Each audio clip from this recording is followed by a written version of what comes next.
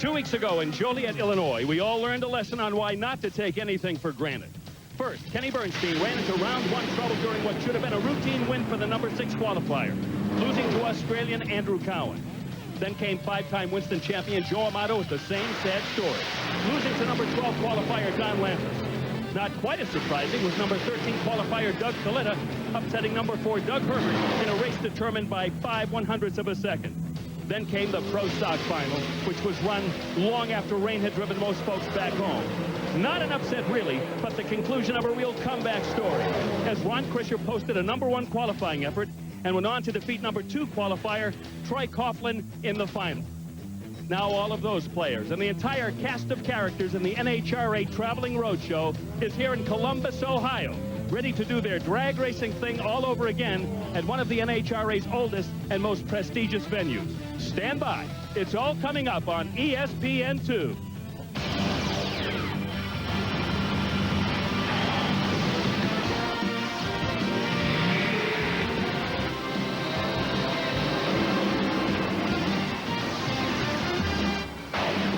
ESPN2 presents the National Hot Rod Association coverage of the Winston Championship and the 2045 million Tour. A 300-mile-per-hour trip around the United States with this, the 11th of 24 national events. The 36th annual Pontiac Excitement Nationals from National Trail Raceway just outside of Columbus, Ohio. Hello, everybody. I'm Bill Stevens. And skies, well, they look pretty menacing right now. We're hoping that we get a break and we can get this race in this weekend. But the big story, of course, is what happened in Pro Stock just a couple of weeks ago. Let's even go back a little further. As I mentioned, we have a comeback story to tell you. The first race of the year in Pomona, the first round of Pro Stock. Ron Krischer, right side of your screen, gets into some big trouble. Runs across the bow of Kurt Johnson in the other lane, makes contact with the wall and rolls his Eagle 1 Firebird. Ron got out okay. In fact, in the very next race in Phoenix, he went to his first career semifinal, and as we all know, 2 weeks ago, his first national event win in Chicago. And how sweet was that first one? The first one's a big one. Makes you feel good. Made everybody on our team feel good. We got over the little lumps and bumps and little things that have been going wrong, and we've got some confidence going forward. You know, you've had a great car all year long, but the racing luck just hasn't been there. Do you hope maybe that things have stabilized a little bit now? Yeah, I hope we can hold our own. You know, we had some problems like with Yates with the 414 in Houston's against 432, and he squeaked me, and the same thing at the Gators, and I hope we're over all those kind of things, certainly. Good luck this weekend. Thank you very much. That's just one story here in Columbus. For another one, let's go to Shelley Anderson. So far this season in Top Fuel, we've had 5 different winners. Kenny Bernstein, Tony Schumacher, and Doug Coyle have each won 1 race. Larry Dixon's won 2, and Gary Scelzi's won 4, including the last 3. Kenny Bernstein, since you won in Vegas, we've been to 5 national events. You've only gotten past the second round at 1 of them. It's got to be frustrating for a 5-time Winston champion. Well, Sally, don't remind me, obviously, of the last 5 races. At that point at Vegas, we were really good, consistent that day, and consistent the next week at Richmond, to be honest about it. And then we lost a little bit of that consistency, and we went up and down. But the team's working hard for the Budweiser King, obviously, as hard as we can. All you can do is go out there every single run and run as quick and as hard as it'll give you. Little things have happened, though. You've been very consistent qualifying. Something happened. Yeah, our qualifying's been great. I think in those 5 races, we were like 2 firsts, 2 seconds, and 1 third or 4th or something. So that's good. That shows you that it's there. You just got to make it happen all the time. Had some mechanical problems that hurt us a couple of races that happened. It's one of those things that take place. But the main thing is you have to just keep working at it. You can't give up. And yes, it's frustrating, but we're not going to give up.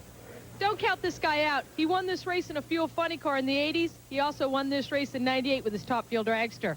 Over to you, Dave. Shelley, another name, amazingly not in the winner's circle this year, is Joe Amato, Top Fuel's winningest driver with 50 wins. But we know the sleeping giant will be awakened sometime soon, Joe, but the question is, when's that alarm clock going to go off? I think this Dynamax Valvoline team is just aching for a win. You know, the last race we're real consistent, ran 4 steady runs in qualifying, and we got bit by a cold track on the first round. But, you know, Jim Crock and the team are working overtime just trying to get this car turned around, and I think it can happen any minute. And when it does, stand back. Maple Grove's the last time this car has found the winner's circle. That goes back to last year, 1999. Jimmy Prock's the crew chief of this effort.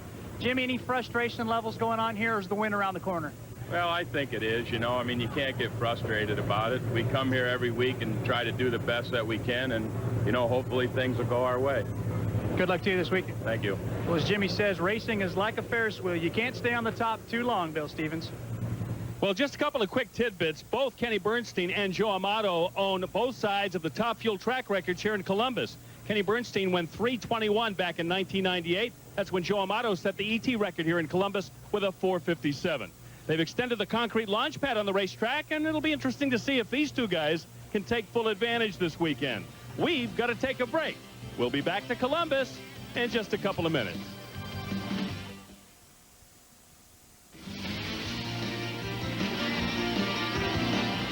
ESPN2 coverage of the NHRA 2000 Winston Championship Tour is being brought to you by HUD. HUD and FHA are on your side. Welcome back to Columbus, and let's take a look at the up and down season of Corey McClenathan in the MBNA Top Fuel Dragster. Let's go back a couple of weeks to Chicago, where Corey was the #1 qualifier with a brilliant 4:54, but in the second round ran into trouble against Larry Dixon. The exact same thing that happened in Atlanta. You'll remember Corey was the #1 qualifier there and lost in the second round to Larry Dixon. By now, you've got to start believing that maybe you were born under a bad sign. I'll tell you, it's been a rough year. Actually, last year was just as rough as it's been so far this year. The car has shown some signs of brilliance. I think the guys and Wes Ernie have done a great job. Mike Neff, assistant crew chief, really thinks his car will run consistent numbers just like we did in Chicago in qualifying. But we just got to have a little bit of racing luck. We've seen none of that so far this year. This has not been a racetrack that's been particularly kind to high-power cars in the past. They've improved it, lengthened the concrete launch pad. I guess you're pretty anxious to see what that track will take this weekend. I really think you're right there. With the 90% rule, we may be in a little bit better shape than we have been in past years. I went out there and walked the track myself. It looks better than it has in the last 5 years. I'm actually very anxious to get out there and try it. Corey was the winner at this race, Father's Day, 1997. He'd like to celebrate again this weekend. Right now, let's introduce the man that will be covering the play-by-play of qualifying for you today, Dave McClellan. Bill, at this point in the year 2000 Top Fuel Chase, it is narrowed down to a 3-driver race. Gary Scelzi has vaulted to a 60-point lead. As we take a look at the point standings, you can see Scelzi has got the lead over Larry Dixon, with Tony Schumacher down in the 3rd spot. Kenny Bernstein quite a ways out in 4th. But the interesting comparison is, what with the new rules here in this 90% era of nitromethane, with a 10-point deduction for every oil down in eliminations, you can see that the roster, the list, would not have changed in terms of order. But you would find Gary Scelzi and Larry Dixon each having 10 points more, and Corey McClenathan and Doug Herbert significantly closer to the front if they had not had the penalties. For more on the Top Fuel story, let's join David Reef. David, Gary Scelzi finds himself atop those Winston point standings you just mentioned due to a recent resurgence by the Team Winston team. Most recently in Joliet, Illinois, they defeated Larry Dixon in the final round to grab their 3rd consecutive win in a row and 4th this season, but it did not come easy. It was a crash, win, and burn weekend. Now Gary Scelzi comes to Columbus with the unique opportunity to join Scott Cannon and Corey McClenathan as the only drivers ever to win 4 consecutive races in a row. Is that something that's on your mind here this weekend? You know, I try not to think about records and stuff like that and personal goals, because when you do, you find yourself washing your motorhome getting ready for the next race or helping put the car away. So if those things happen, it's great, but if you start dwelling on that and get caught up in your own press clippings, then you're in trouble. Let's talk about the crash in qualifying in Chicago. What goes on in your mind now after a bad accident like that when you have to get back into a car? You know, thank God for me, I got back in the car the very next day and got into another brand new Brad Hadman car that's an excellent car. I trust my guys, I always have, and I don't worry about the car anymore, but I think it's better for me to get back in it the next day than have to wait a week and think about it for a week. So now that's behind me, I'm ready to rock and roll. And it certainly was an incredible story. Well, you've seen the crash, you've seen the win. Well, for more on the burn, here's Shelley Anderson. That's right, Dave, and the burn came in the semifinal round at Joliet. Gary Scelzi was up against Tony Schumacher. Gary Scelzi had a fiery victory over a car that was very consistent in qualifying. It did something you never see it do. You smoked the tires. Yeah, we had a clutch malfunction. We had basically one bad clutch disc, and you know, went out and smoked the tires, and that's something you don't want to do against anybody, but definitely not that big red car. And I saw him go out about 300 foot and start to blow it up, and I was back in and out of the throttle, but it's very tough when you smoke the tires right at the beginning of the race. You know, if I had 200 or 300 foot of the car accelerating, I can easily go out there and, you know, pedal it a few times and get the car through there and run a 520 or 510. At least made it a good drag race, but unfortunately, when it does it that quick, there's really nothing you can do, and Gary went on and got the victory. That's something you don't expect to see out of this car, and you probably won't the rest of this season. Dan Olson, the crew chief for this car, you fell to third in points, but your car is running so good. Are you going to change your strategy at all? No, we're not going to change anything we've been doing. We had a malfunction the other day, and hopefully that's behind us, and we can continue on like we've been doing. By that, he means consistent. They won the championship last year on consistency. That's what they want to do this year. Over to you, Bill Stevens. Every time we come down here, we expect a new record to be broken. This is John Force's brand new Mustang body. What will happen with this automobile this weekend? We'll be back to find out here in Columbus after this short break.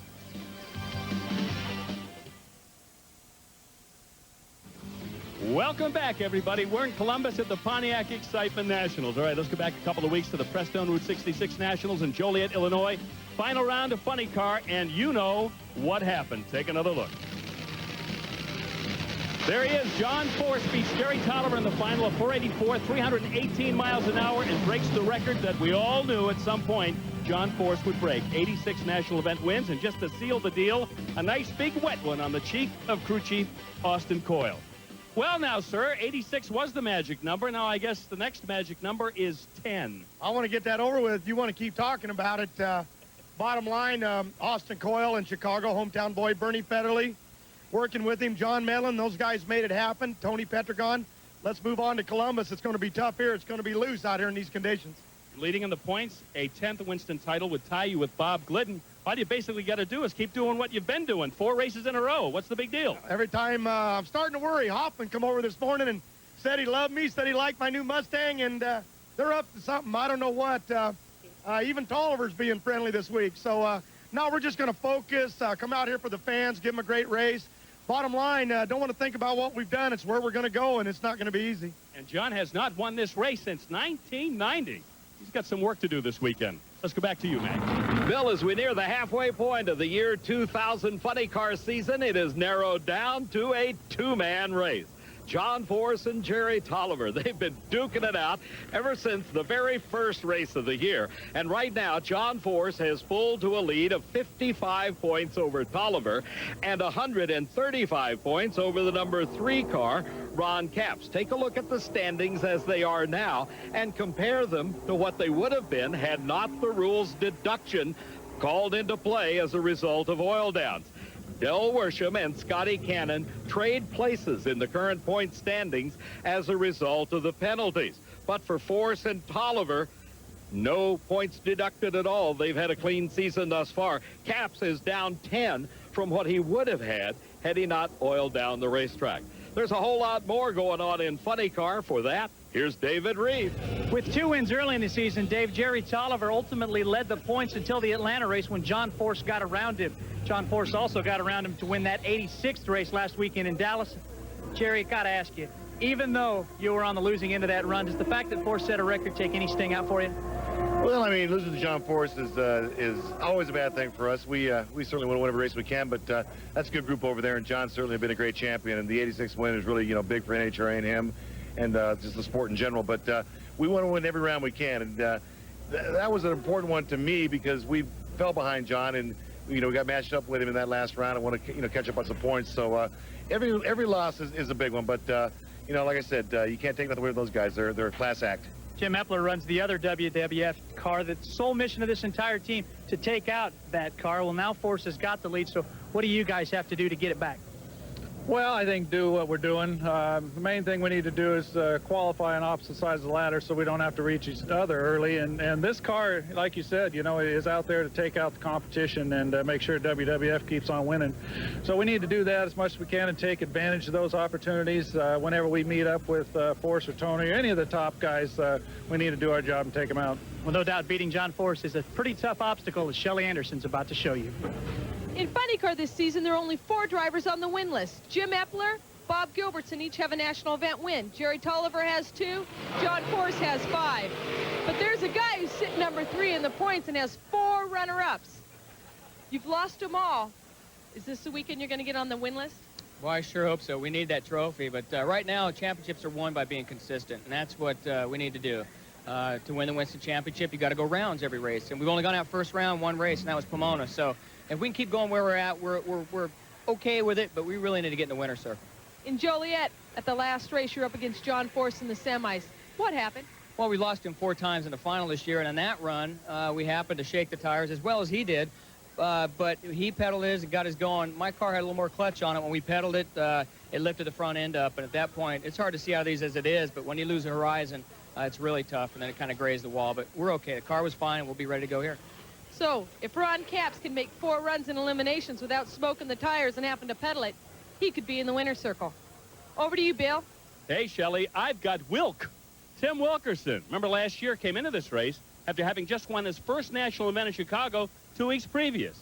Came here, went to the final round against Phil Burkhart, and came up just a little bit short. But you, young man, we got to talk about that first round a couple of weeks ago in Chicago. Yeah, you can about say the driver let the crew down that weekend. I have a great group of people here working on my car, all my friends from back home, and Mike Stallings, the owner of Will Ventique in California. He's a good friend of mine, and he works on this car. Everybody does such a good job. I shouldn't be letting them down, but you know, we're going to try a little harder this weekend. We're here at the Pontiac race, and they're one of our sponsors, so we need to really show what we can do here. I'm hoping for some good results. Keep this rain away. Make us all look like heroes, maybe. So he lost to Bob Gilbertson on a very slow reaction time a couple of weeks ago in Chicago, but we'll get beyond that now. Let's talk about this racetrack. When you were an alcohol racer, you ran here a lot. You must like it. Yeah, it was close to home. You know, a lot of friends can show up here and really seem to do well here for some reason. I went to the finals here a couple times in my alcohol career and last year in my nitro career, so we're looking for big things here in the Pontiac race. We won't have to wait long to see how Tim does, because we'll be back here to the Pontiac Excitement Nationals with more qualifying right after this quick break. We're back in Columbus, Ohio at the Pontiac Excitement Nationals. No doubt about it, the very big story in Pro Stock this year has been Jeg Coughlin Jr. with a big points lead on Warren Johnson. Even a couple of weeks ago, the brother Troy got into the act. But I think I know what's happening. I think I know. Yep. Come on in. This is Ian Ruff, the gourmet chef that comes to all the races with the Coughlin boys and feeds them with deliciously prepared food. And I smell those mushrooms cooking. Now, what are you making today? I'm hooking up these mushrooms to go with some sausage and linguine and tomato sauce. Now, this is a racetrack, not a gourmet restaurant. This is the kind of food you fix for these guys all the time? Sure enough. Oh, those mushrooms look so good. Would you like a taste? What? Would you like a taste? Oh, yes, please. No problem.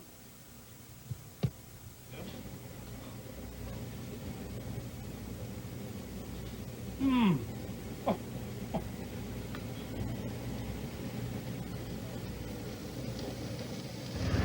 Bill, unlike the Winston Chase in Top Fuel and Funny Car, Pro Stock is a runaway.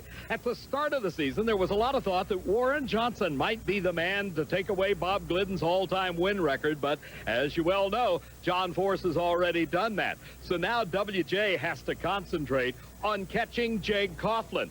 At this point in the year 2000, Jeg has a 266-point lead over Warren Johnson.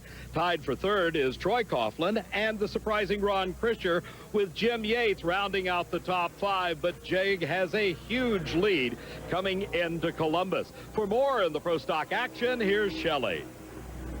This season in Pro Stock, we've had 2 first-time winners, V. Gaines and Ron Krischer. Warren Johnson also has a national event win, but the talk of the pits has been Jeg Coughlin. Of 9 national events we've been to, he has 6 wins. Mark Powick, you have a runner-up this season. At the last race in Joliet, you qualified number 4. What happened? Well, Shelley, we just struggling on race day. You know, we got an awfully fast hot rod here. My guy's been doing a great job. We put a new motor in at Chicago called Cass after my daughter Cassandra, and she's a good one. So I just hope that we can bring some luck to our home track here in Columbus. Now, this track is also not only your home track, it's 2 of your sponsors' major races. What kind of pressure do you feel? Never any pressure in drag racing, you know, especially in Pro Stock. I mean, I've lost the last 3 rounds of racing by a total of 0.03 of a second, if that shows you how competitive Pro Stock is these days. That's unbelievable, and that's why people like Pro Stock racing. Over to you, Dave Reef. Well, Shelley, it may not be fancy, but for the factory independent Mopar driver, Alan Johnson, this is home, and home's a good place to be as he goes in search of his 2nd career win, first also in the year 2000. Alan, factory independent, how tough a challenge is that? Oh, it's very tough. You know, my dad started racing Mopars way back in the late 60s, early 70s, and that's all we've ever raced. But, you know, we have a lot of problem getting the pieces and the parts it takes to do R&D for future stuff.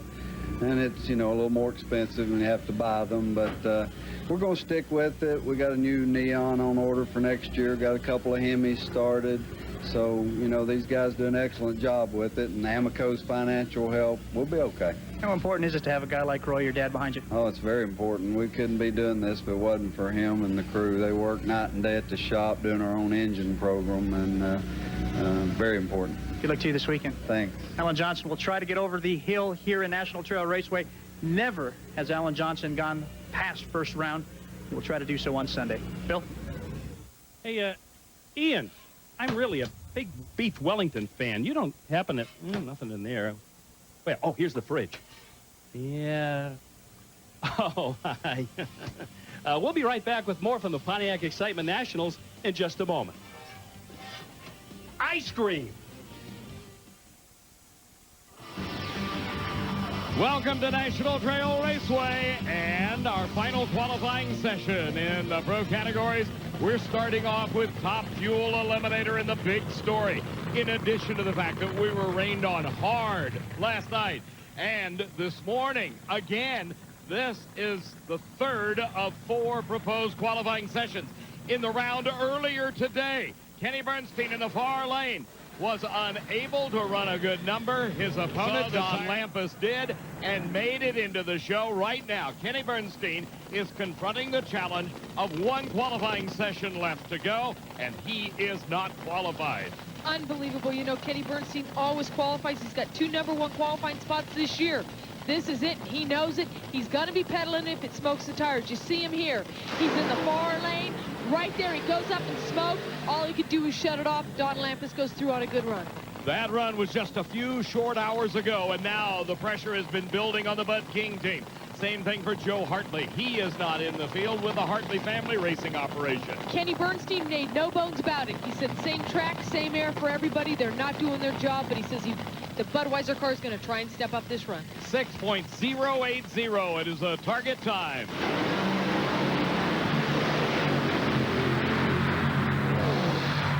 It won't be Joe Hartley, but Kenny Bernstein will. 4.70 seconds. That bumps out Bobby Lagana Sr. down to the starting line. Here's Bill. Lee Beard, no real rocket science there. He needed a safe run, and you finally come up with it. Well, it's the difference between going for the #1 spot and just trying to qualify.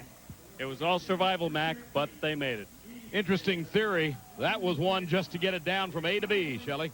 Moved up into the #6 spot, did a great job. A lot of pressure on that team. I mean, they're running for the championship. They've got to qualify, and they did a good job on that run. Kenny Bernstein is currently 4th in the Winston Chase behind Gary Scelzi, the leader, who is also our #1 qualifier. Look at the roster of Top Fuel qualifying. This is after the 2 sessions and this run. Scelzi, Vandergriff, McClenathan, and Amato. Those are your top 4. Here is the bottom 16, and now on the bump is the legendary Chris Karamessinis at a 5.73. Down at the far end of the racetrack, here's David Reeve. Well, Dave, a lot of concern about Mother Nature playing havoc here for Kenny Bernstein. A threat of rain all afternoon as Bernstein was in the 17th spot coming into this final round. A pretty unaccustomed place for the Bud King crew, but a good safe tune-up by Lee Beard. Kenny Bernstein comes down with a 4.70, gets him into the #6 spot, and whew, yeah, man, what a day to have to go through that, huh? Thank Mother Nature up there for holding off a little while for us. Lee Beard, Mike Green, the Bud team did a great job getting it ready. Struggled, obviously, the first 2 runs. Conditions are tough for us. We just behind the 8 ball, and that worked. They got it fixed out, got it figured out. Maybe that gets ready for tomorrow, I hope. Good luck to you, man. Thanks, man. Well, Kenny Bernstein's got to have a major sigh of relief there. There's some cleanup going out on the racetrack as we had some oil deposited. Not out of the Bud King, but the cleanup continues in the Joe Hartley lane. We're going to be right back to National Trail Raceway. Please stay with us.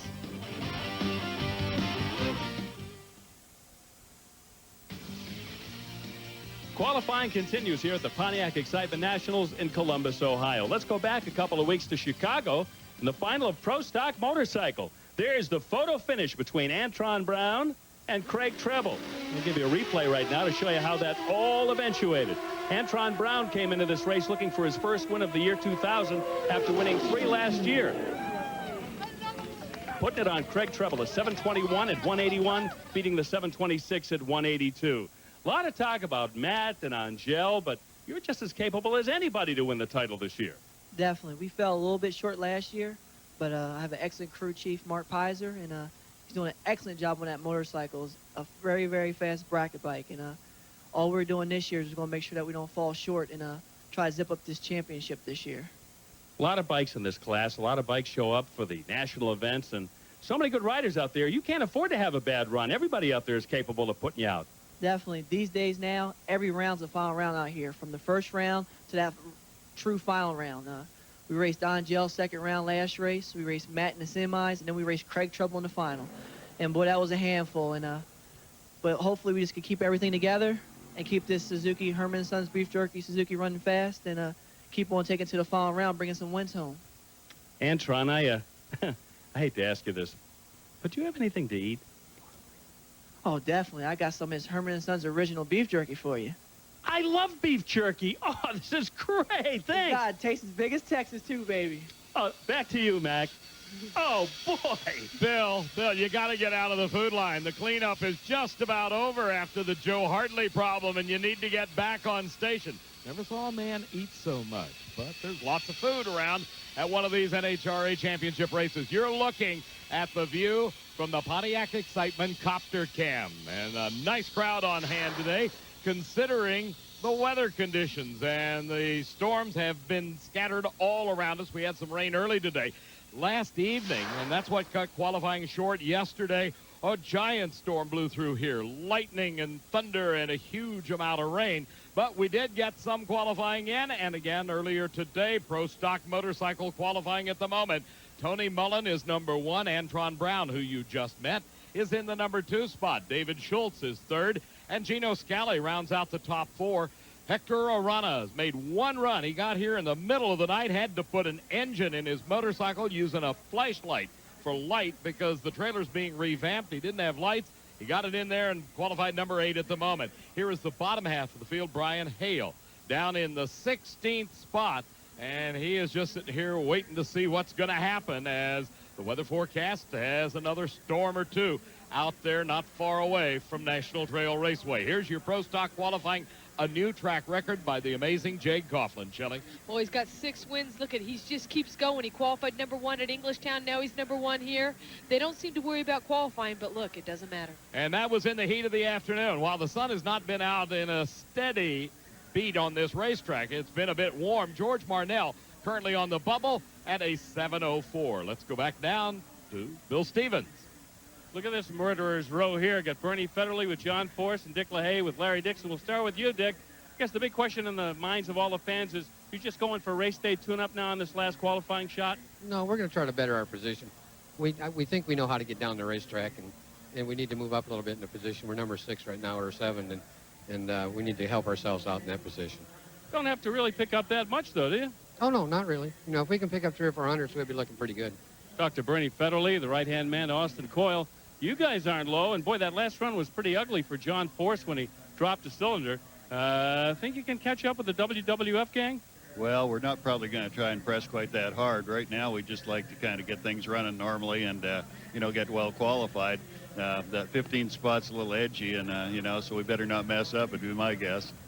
You haven't had many runs on a new Mustang body, but you have. Have you been able to gather any data on how well it's going to work for you? Well, it certainly looks promising, you know, but we haven't run well enough to really, you know, do much of a test on it. I'm sure that it'll be just fine when we get some things sorted out a little bit. Good luck. Thank you. Remember now, the WWF boys are 1 and 2 in funny car qualifying right now, and Gary Scelzi, he's on the top of the hill in top fuel. Well, let's take a look at what is going on in the pro stock truck category, and the battle rages between Randy Daniels and Bob Pinella Jr.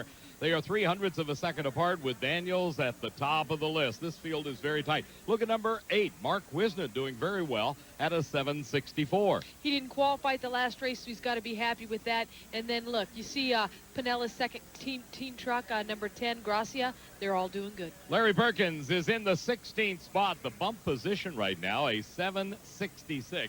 A total of 0.08 of a second separating the 16 pro stock trucks. Those, of course, are the small block powered machines. As our next pair getting ready to go at the starting line, that is Bobby Lagana Sr., A 59-year-old Scarsdale, New York mechanic in his Twilight Zone racing entry. His opponent, what a legendary man this is. Chris, the Golden Greek Karamessinis, past the age of 70. He's currently qualified 16th. We'll be back.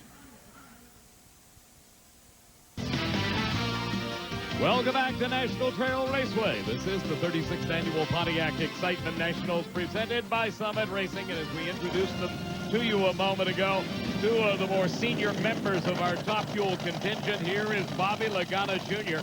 making a somewhat infrequent appearance on the NHRA Winston Trail. Yeah, you know, he's right now not qualified. He's in the 17th spot. He's up against Chris Karamessinis. He's in the 16th. Chris was at the last national event. So was Bobby. Neither one of them qualified, so they both want to get in the show right now. And it's not a difficult show to get into. The bump right now is only a 573. 573. They should be able to run that, both of them. Well, that is the time that Chris Karamessinis has. This is a new car for the Greek. As you can see, Chris, whose career started back in the 1950s at the wheel of a Top Fuel dragster. Many credits to his list, and it was the Chisler cars that brought Chris so much fame back in the early days, the front engine Top Fuel dragsters. He and Don Garlitz and Connie Coletta and a host of others certainly built the framework that this sport has expanded upon until we see today the rear engine machines that cover the quarter mile at 325 miles an hour plus. Bobby Lagana Jr. needs to beat the Chris Karamessinis time of a 573. That is Lagana Sr. You'll also be meeting Bobby Lagana Jr. He is driving Ralph White's car, and father and son in competition, possibly against each other. He's qualified. His son's qualified 15th right now coming into this run. Hopefully he'll get it off. There is threat of rain right now. The Golden Greek debuted this Top Fuel dragster 2 weeks ago up at Chicago, and I had the opportunity to chat with him, and he said it's a little bit harder today at his advanced age to put one together as it was in the earlier days, and he said he's really proud of the car. He looks forward to it performing well, but he's got to sort it out just a bit. There he is, the Greek himself in the near lane.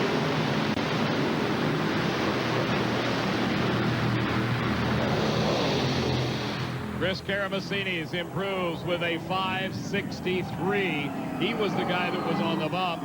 The motor, as you could tell, was just a little bit sour, but it was enough to improve on his qualifying time, and the Greek now moves even higher in time, but stays in the 16th spot. The car in the left lane, the near lane, really left slow. I mean, didn't 60 foot, didn't react, but look at, he kept his foot in it. He had to. That car in the far lane, the right lane, that car was in danger of bumping him out.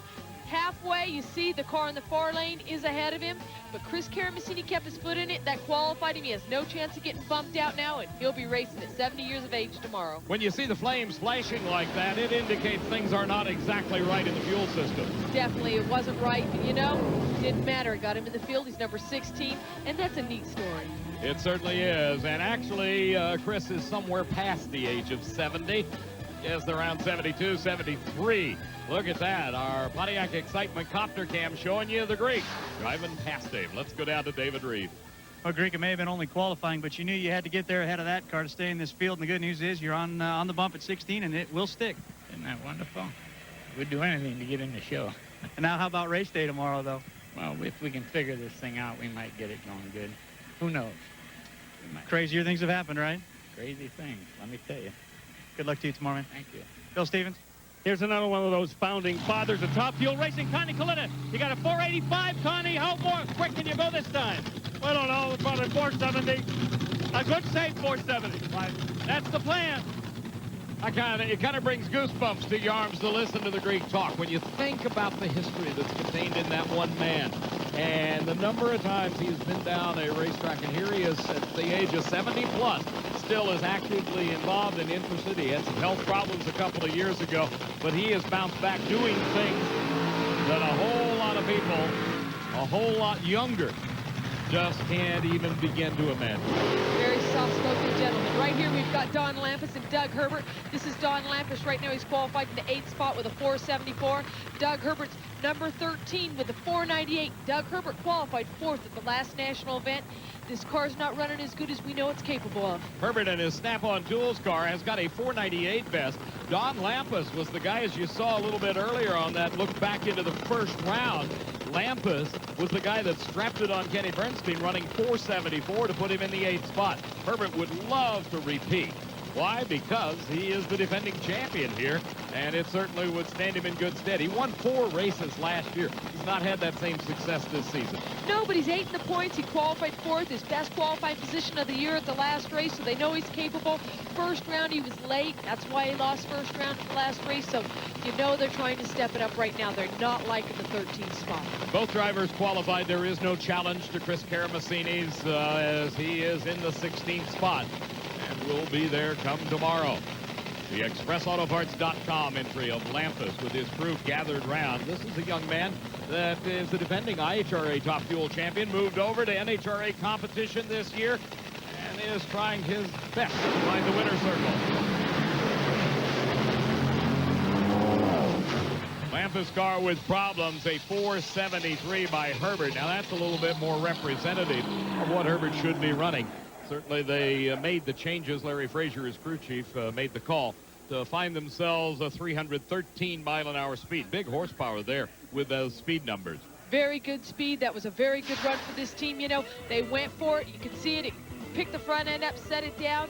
Look at the car. It's actually black tracking. Do you see the tire tracks it's leaving? It's spinning the tires, but it was good enough to move it up right now into the number 8 spot.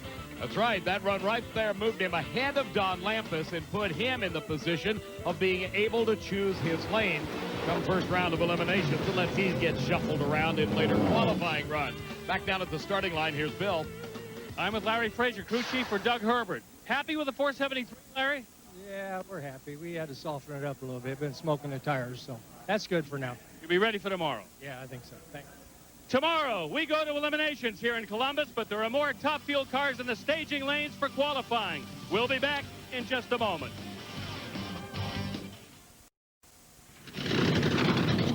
We are back in Columbus, and a couple of more guys got their Top Fuel motors ready to wind it out. Dave McClellan.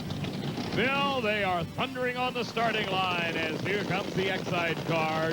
Tony Schumacher, the reigning Winston champ, and you're on board. His opponent is Doug Coletta, the nephew of the man you saw just a moment ago, Connie Coletta, the MGM Grand entry.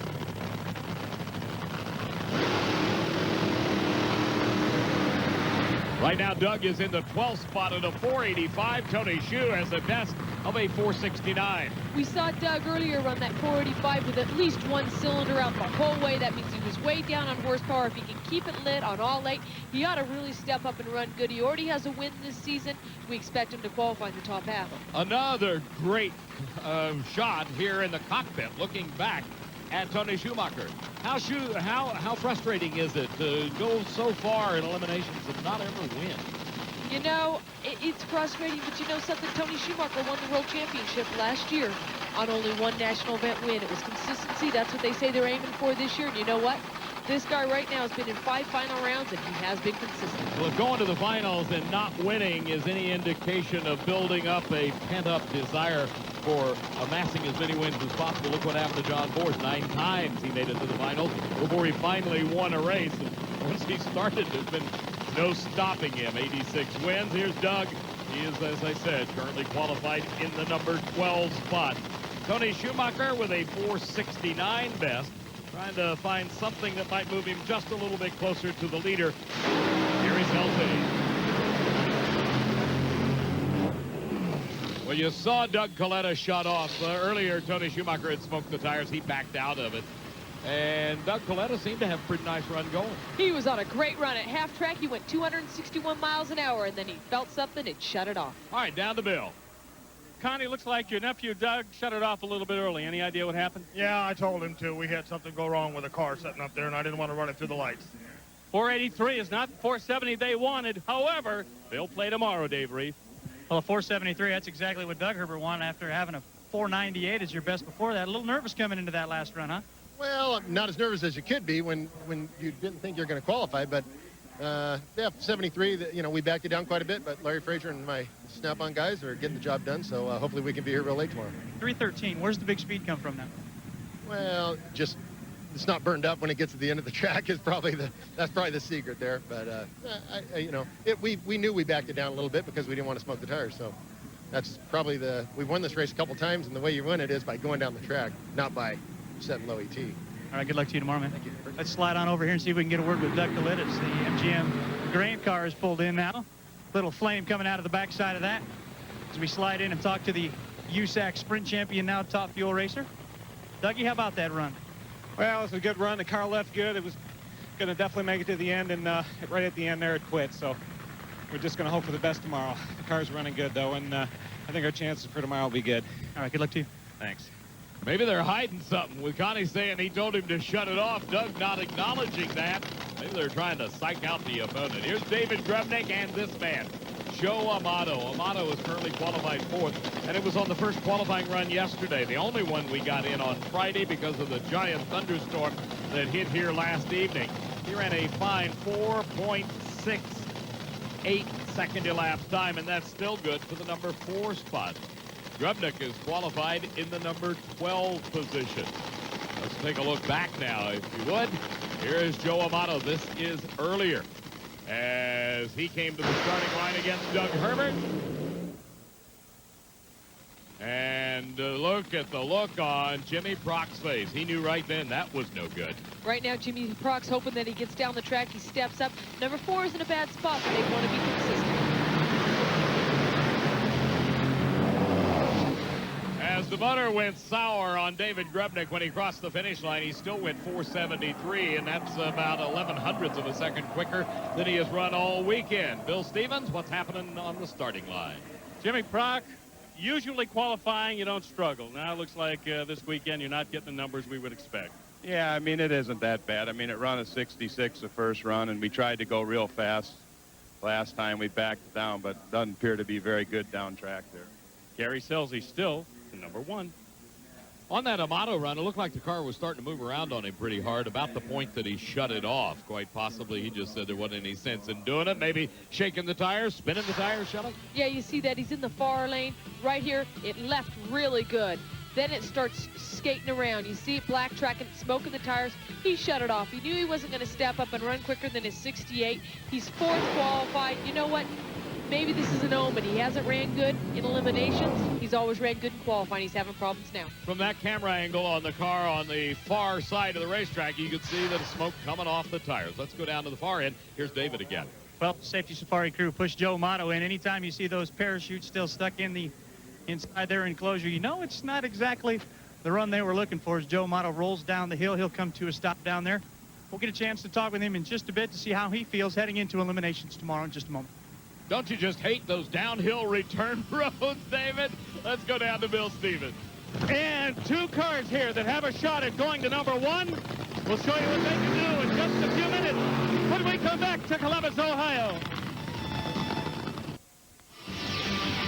Welcome back to National Trail Raceway, located just outside Columbus, Ohio. You're looking down on this quarter-mile racing surface from the Pontiac Excitement Copter Cam. In the lane nearest our camera is Larry Dixon. That man is Corey McClenathan. He is currently the number 3 qualifier. Stepped up earlier today with a fine 466. He had not run good in that single session yesterday.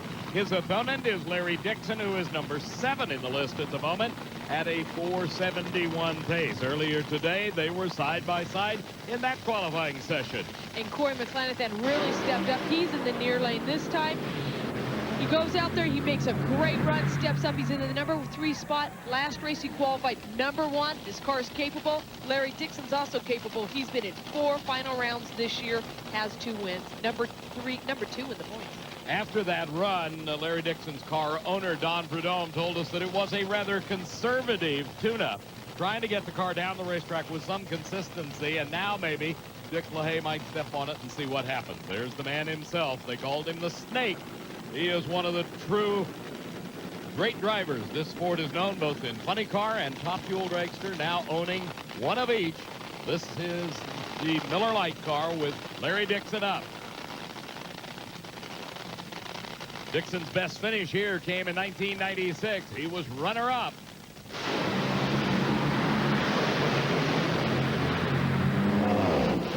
Well, Larry Dixon did just what he wanted, a 469 at 307 miles an hour. Corey Mack had something go wrong in the car. You could see it jump when it shut off. Down starting line, here's Bill. Dick LaHaie, you wanted to go quicker? You went quicker. Well, that was the whole object, not to get too carried away, but just try to get a little deeper in the program, so we got a little bit better choice for tomorrow morning. And a shot at winning their third race of year 2000, Dave Reef. As Joe Amato goes in search of his first. Well, some problems there with David Reef's microphone. Joe not only rolled away from him, he may have taken the electron beam away. Who knows? Interesting thing about Dick LaHaie, he has a remarkable record here as a driver. He has won twice. He has crewed 2 drivers to a total of 3 wins on this racetrack. So I would think Larry Dixon's got a great deal of confidence going into elimination. And he said he wants to nickel and dime it, meaning he just wants to sneak up on it. He's very consistent this year. Unbelievable. This car goes rounds, and it hasn't lost a first round yet this season. Here's Bob Vandergriff.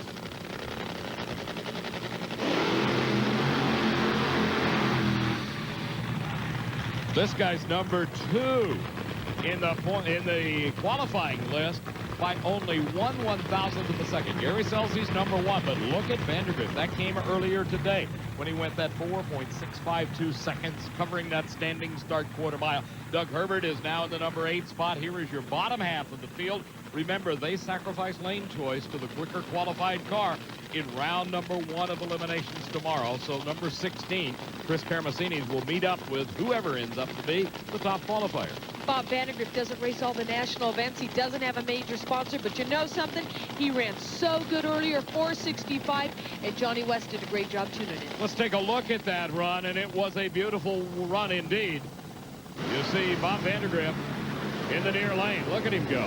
4.652 seconds later, Bob Sr. with a pump of the hand and a yes, says we did what we wanted to do. Definitely nice to see this car run so good. He got runner-up at Phoenix earlier in the year. The last race, they got to the second round. They made 4 awesome qualifying runs.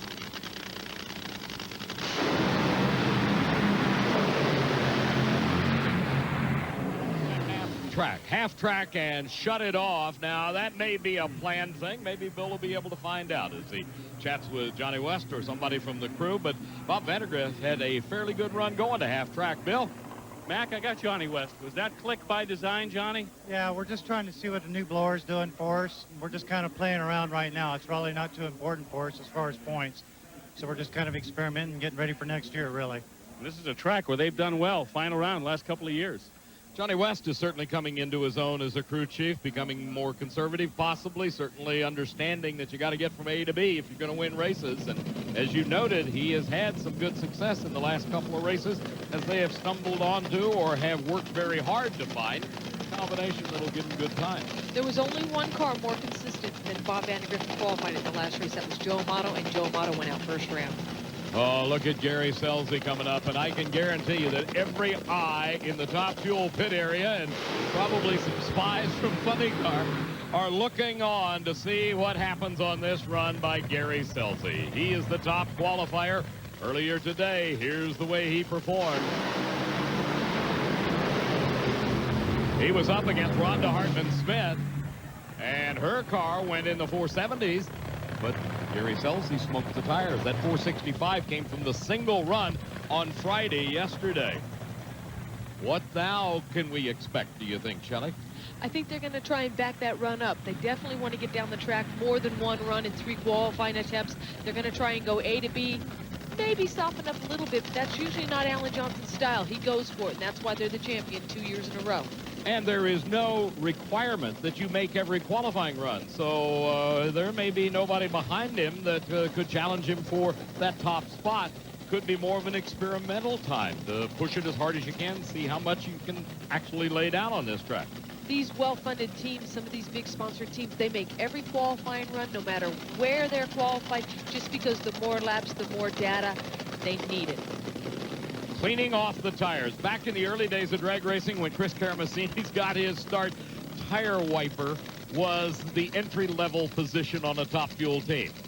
And now here we are as Everett Johnson looks on. And the year 2000, and they're back to white. 471, not as good. We've seen quicker runs already this session, Bill. Alan Johnson, I'm not a crew chief and you are, but let me guess, you smoked the tires last time, maybe softened it that time. Yeah, we softened it up. I told you we experimented with some tires, went back to the other tire, softened it up just a bit. A little nervous about the middle of the racetrack, so we softened up out there and made it through there, but top end, it's fun down there. So, hey, tomorrow's another day and we'll go racing. Tomorrow could be 4 in a row day. That's right. Gary Scelzi trying for 4 consecutive victories in Top Fuel Eliminator. Here are the top 16 qualifiers. As you see, Gary Scelzi continues to hold the top spot. Bob Vandergriff second, Corey Max third, and Joe Amato in the 4th spot, followed by Dixon, Schumacher, Bernstein, and Doug Herbert ends qualifying in the 8th spot. 16th remains Chris Karamessinis. Here again is Bill. And Mac, we're going to get real funny when we come back to Columbus Funny Car Qualifying at the Pontiac Excitement Nationals just ahead. Welcome back to National Trail Raceway. See that plume of smoke? You got a great view of it from the Pontiac Excitement Copter Cam. That is the super long burnout by Dean Skuza and his Matco Tools machine. How far down track did he go, Shelley? About 1,000 foot, it looks like. That's where he ended up. That's Whit Bazemore looking on at the starting line. He wants to find out what's going to happen. He has qualified fairly well up in the number 5 spot. Here are 2 non-qualified entries. The near lane, Skuza. You saw that long trail of smoke. His opponent in the Richards Racing entry is Terry Haddock. Haddock has not been able to make it down the racetrack thus far. Even though there's only been 2 qualifying sessions, he's had problems in both of them. The bump is 5.281 seconds. That's the time that they must run better than if they expect to be a part of this field. Right now, it's Dale Creasy Jr. holding that spot. Here's the top 16 qualifiers. Oh, them 2 WWF cars at the top of the list, 487 and a 489. That's tough. Ron Capps running well. That's the other car of the Don Prudhomme team. And here's your bottom half of the field. Kicking off with number 9, Todd Payton. Look at the number 15 car. This is the one that everybody's keeping eyes on, and that's John Ford. He's not run well. This is Dean Skuza in the near lane. He is not qualified. He qualified at every national event this year. He's even got a number 1 spot. He's number 6 in the points, and this isn't where you expect him to be, and I think he's going to step up. You've been in this position before. Is there a lot of pressure on you? Do you put it on yourself? You put it on yourself, and you want to do well for those sponsors. Matco Tools, he wants to qualify this car. If you qualify, you can win, and he knows that. You can't qualify when you can't win when you don't qualify. Terry Haddock taking his first shot at this racetrack. He's been able now to get it into gear and come to the starting line.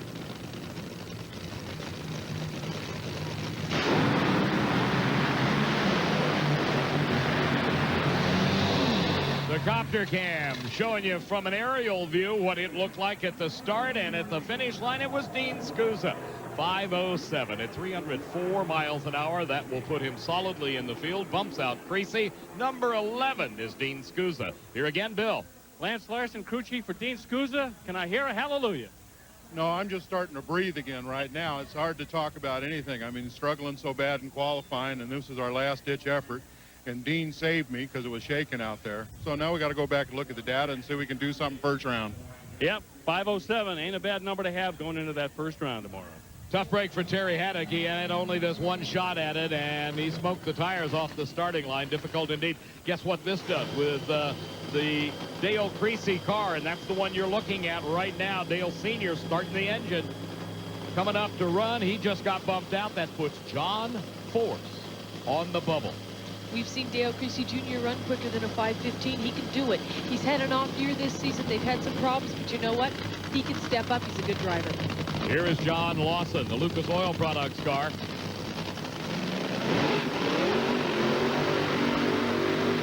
Lawson coming up out of the Federal Mogul Funny Car ranks. Yeah, we saw him in the last qualifying run get really squirrely, almost get the wall, kept it off the wall. We saw Dale Creasy make a good run. Part of that family core of NHRA Winston Drag Racing. As you see Dale Creasy Sr., the dad, Dale Jr. behind the wheel. Gary Bolger for years was the pilot of this funny car, and when he decided he was going to retire, Dale Jr. had been waiting for a long time. Well, everybody called him a kid, but he was actually about 38 years old, and he got behind the wheel and has accounted and acquitted himself very well. For John Lawson, it was just next to the logical progressions as you work your way through sportsman racing and you come to the pinnacle in the Federal Mogul categories.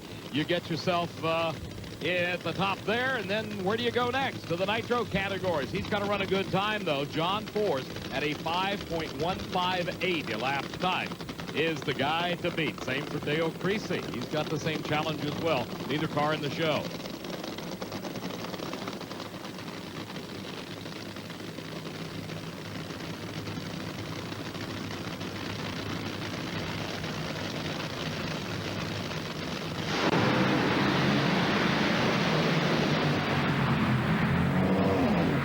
Creasy did not do it, but look at the eyes of Mark Oswald, former Winston champion at the wheel of the Candies and Hughes car, has just tuned John Lawson to a 508 and puts him in the field, bumping out John Force. Bill. Hey, Mark, nice going. Thank you. I'm just proud, and I'm glad for John. He did a real good job this weekend, along with the rest of the crew. We just keep hanging on there at the last minute. This is a new team, but they are beginning to gel. Puts him in the number 12 spot. You talk about a soft-spoken driver tuner. Mark Oswald is certainly one of those. Let's go down to the far end, and David. Down with a very relieved Dean Skuza as he went from 21st on my list up into the field with the 507. You know, every race is important. When you're not in with bad weather coming in, I mean, it's nail-biting time. You know that. But, man, all my buddies are here. Guys I've known since I was 5 years old. And, you know, they're asking, you know, they watch me on TV, and we're always doing good. Awesome. What is it, us? Are we Black Cats? I said, no, just give us one more chance. Please don't rain. And just thank God we got that one in. This is certainly a hometown race for the Cleveland hometown Dean Skuza, Bill Stevens. When was the last time you heard somebody say, hey, there's John Force, your number 15 qualifier? He's got one more shot to improve that when we come back to Columbus, Ohio. John Force getting ready for his final qualifying pass. I mentioned he was number 15. That was going into this session. He's been bumped out, Mac.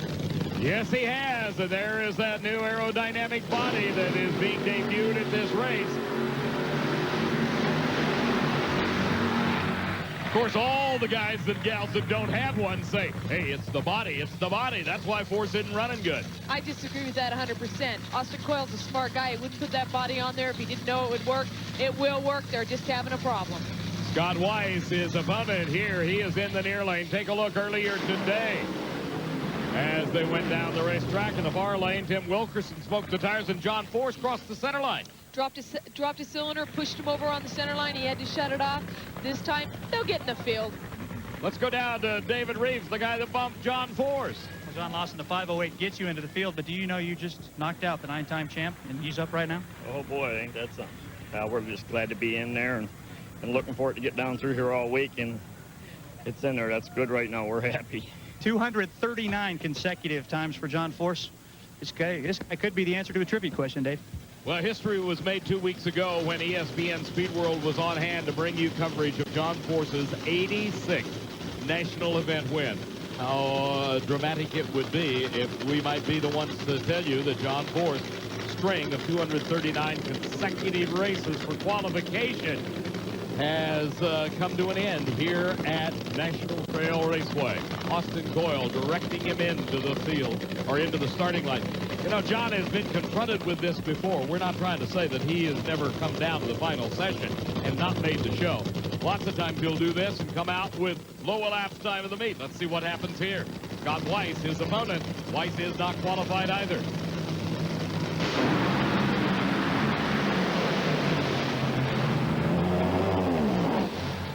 Wasn't the prettiest run John's ever made, but he went 5:09, sufficient at the moment to put him in the show. Scott Weiss at a 5:45. Force his 14th. Here's Bill. With Austin Coyle, your face says mixed emotions.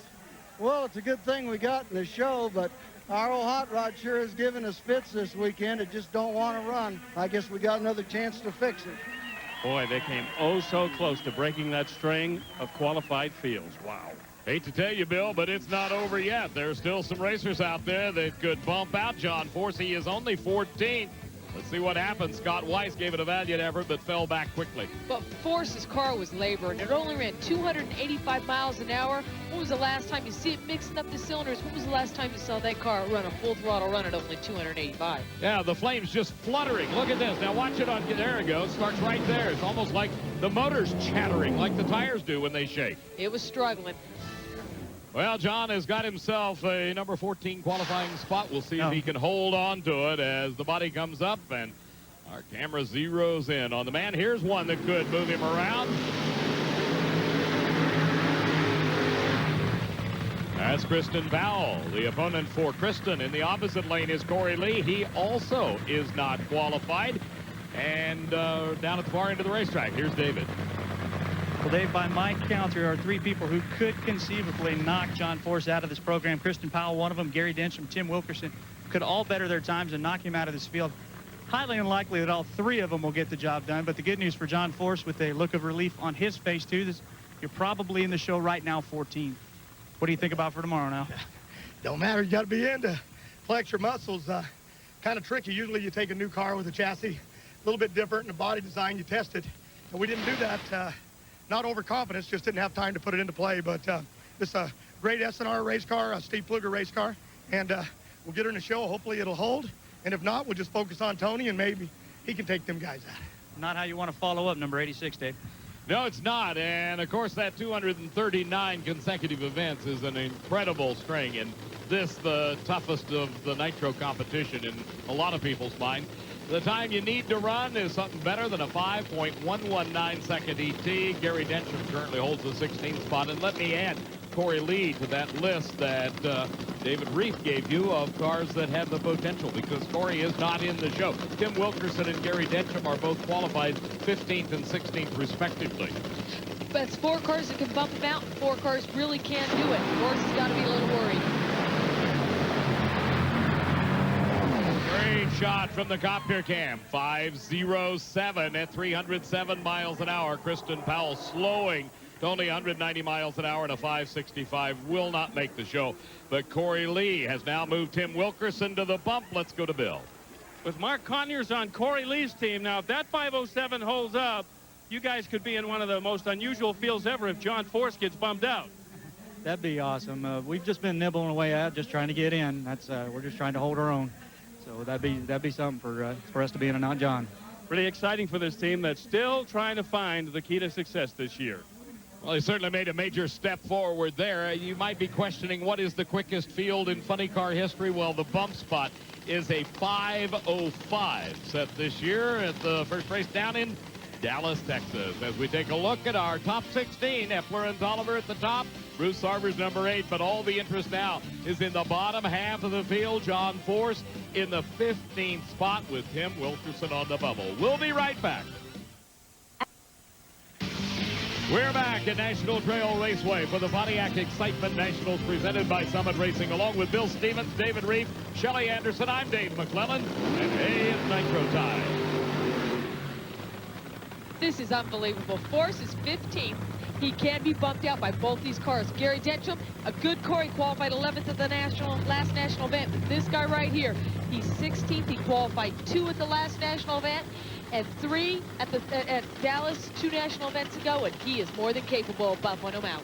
Oh, Tim Wilkerson right now is 16th. He can move up into the field and put John there. Here is our Pontiac Excitement copter cam. And what a great view you had a moment ago when you saw Kristen Powell and Corey Lee go out, as Kristen fell back when she had problems. Corey Lee is down with David right now.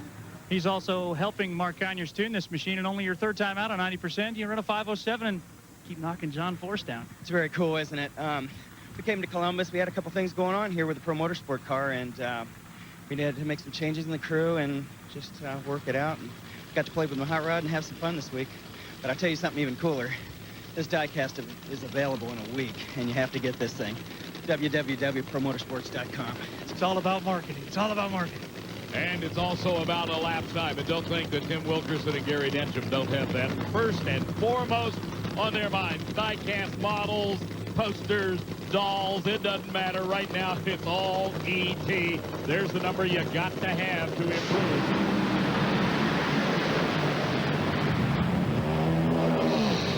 Supercharger explosion for Tim Wilkerson. Gary Densham goes 5:26. John Force will be in the program in the 15th spot. Look at the crack in the windshield. Tim Wilkerson had a real boomer. What you saw fly off the car was the burst panel, if you will, right there in the body. That's made to do that. That's a place where that comes out, lets the exhaust get out of the body. It doesn't blow the body off the car. That's the release mechanism. Right here, the car in the near lane, Densham in the far lane. You see it about right now. Has trouble, goes up in flames, throws the rods out, has a fire. Densham in the far lane also has a fire. Both drivers got him stopped and did a good job. Sure did, and Gary Densham's 5:26. Here's the Pontiac Excitement Copter Cam. Oh, you can tell the speed at which Tim Wilkerson was going by the way that piece of fiberglass flew to the rear. As Densham went through on fire, unfortunately for Gary, not quick enough to make the show. Both drivers did a good job, though. For Gary Densham, that's a disappointment. That's his third, did not qualify this year. All right, here they come from the low angle shot, and again from up above at the finish line, down at the far end, or at the starting line rather, is Bill. With a very disappointed Greg Amaral. Greg, you got to believe the bad luck's got to end pretty soon. I certainly hope so. I mean, it's been pretty disappointing. We've got a really good car all year, really, and we've just had one bad thing happen after another. We just can't get an even break. You know? And remember, after the first session, these guys were qualified in the top half, Dave Reef. Well, down with Tim Wilkerson, obviously you can see a lot of damage to this car. It's not the first time it's happened this weekend, the cracked windshield and all, but you're in the show. Well, that's what first thing I asked, but we got to find out why this thing's doing this. It doesn't make any sense. I mean, it's trucking along like nobody's business, and then it just bangs. So obviously it's got some ignition problems we're going to have to straighten out, huh? Obviously, Tim will be in at the 16th position. The guy who's not going to make tomorrow's show is Gary Densham, who tried very, very hard in this last run, but just didn't quite get the job done. Well, I'll tell you, it's just a bunch of baloney. We got a bunch of different bodies and stuff going out here. We've been promised one since November, and we had the 4th quickest time last round. And, it gets pretty tough. If you were trying to race a top fuel car with a double element wing and everybody else got a triple, I don't know what we're going to do the next 4 or 5 races. We've got a bad, fast race car, but it isn't going our way. Pontiac body stuff's come by. Funny car land, Dave. And there's lots of controversy over that new aerodynamic body, but thus far it has not proven to be the killer that Force had hoped it would be. Yeah, but right now, Gary Densham's talking about he's running last year's body. The new body, like on Al Hoffman's car, the new Pontiac's a lot swoopier. He thinks it'll make it better for him. It probably will, but there is a waiting list for him. You just can't get him from Gary Glass. The differences, of course, are the aerodynamics on it to provide more downforce, and that's where Gary had his problems there. Probably spun the motor up a little bit, and that's what caused the problems in the engine that led to the fire. Al Hoffman driving the Moon Eyes machine for Big Jim Dunn. Tony Pedregon at the wheel of the Castrol team car does not have one of the new Ford Mustang bodies like John is running. There is a second one in the pits, and it is totally unpainted, and a lot of folks have been wondered by to take a look at it. Take a look at the qualifying at this point. Epler and Toliver at the top, Bruce Sarver in number 8. In fact, the top 8 have remained intact throughout this session, but there's been lots of changes in the bottom 8. Todd Payton is 9th. Tim Wilkerson is 16th. Look at John Force in the 15th spot. If it ended right now, he'd be racing Jerry Toliver. We heard John Force say after the 3rd qualifying run when we thought that might happen, he said, no big deal, I can beat him. So we'll see tomorrow.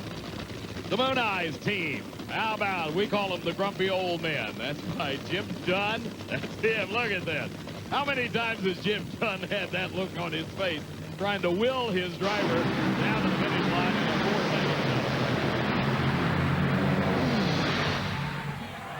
And he did. Both of them go in the 4s. Tony Pedregon at a 497 at 288. Al Hoffman at a 499 at 293. Bill? Jim Dunn, I think that just took about 20 years off your life. I hope it didn't. I want to die pretty soon here, No, that was a very good run. We hopped it up a little bit. That's our first round load, so now we can go up there and hop it up some more. The Moon Eyes will be looking at you in round 1 when we get into eliminations. We've got more funny cars to make their qualifying passes here in Columbus when we come back in a moment. Thus far, the Rays are holding off here at the 36th annual running of the Pontiac Excitement Nationals. We are in our final qualifying session for Nitro Funny Cars. You are looking at Todd Payton in the Nitro Fish machine. Currently in the 11th spot with those 2 4-second runs you just watched by Tony Pedregon and Al Hoffman. It bumped Todd Payton down to number 11. In the 10th spot is Bruce Sarver. He has run as quick as a 5.04 second elapsed time. A little bit earlier in the first session today, they had a chance to square off the pairings because the same number of cars were running. Stayed the same for our second session as it was earlier. And Bruce Sarver got out there, actually smoked the tires just a little bit on the emula.com car. They're having that problem. You heard Alan Johnson say that earlier on his top field dragster. This is his funny car. Let's see if he can cure it. Rob Flynn is the crew chief of record, and that is Rob diving in under the body here nearest our camera. He is making the final adjustments, and that's Alan Johnson. He is the crew chief for the top fuel dragster, Gary Scelzi, and I'm certain has a hint or two for Rob Flynn. I'm sure of that. He owns the car. He flips the bills. Both these cars are qualified right now, number 10 and number 11. They would like to both step up to the top half of the field. Wayne Dupuy has come into his own as a crew chief, has he not, at the controls of the Todd Payton Nitrofish car. He's doing a great job. You've seen this car qualified every race they've been at this year, including a number 1 qualifying spot. Another of the graphic paint schemes. That's the Nitrofish. Well, you saw Payton lose traction, and you saw Bruce Sarver pedal it a couple of times and finally say, hey, no, we'll stop here. You know, both drivers knew they weren't going to step up. They both lost traction. They tried to pedal it and recover. They didn't. Shut it off. Don't hurt anything. At the starting line here again, Bill. With team owner Alan Johnson for Bruce Sarver, not an artistic success, but you're qualified. Well, yeah, you know, you want to be qualified. We're looking for something a little bit better than that, you know. But something was wrong there. I'm not sure what it was. Header flame was a little bit different color than it's supposed to be, so we need to go back and see what that was all about. They've got 2 pretty good cars going in tomorrow. In fact, 1 very good one. Dave? Well, it's been a very nervous weekend for Tony Pedregon after getting shut off in the very first qualifying session. They come back to get in the field, which was good news. But then he got a really chance to step on that in the 497, and there was even more, wasn't there? Never a dull moment in these cars. I hated to shut it off early, but the last couple hundred feet, I had it cocked all the way to the right, and the car was continuing to go to the left. But good comeback for the Syntec group, and I know John's having his problems. But tomorrow's race day, totally different ball game. I'm sure we're just happy to be in the show. And anything can happen on race day. Oh, how true. And back at the starting line, we're getting ready with the next pair. One of the more colorful drivers this sport's ever known. We're talking about, of course, Scotty Cannon. Certainly one of the most colorful cars you'll ever see. The latest in one of the great graphics paint schemes. And here is the Checker Shuck Pedregon machine.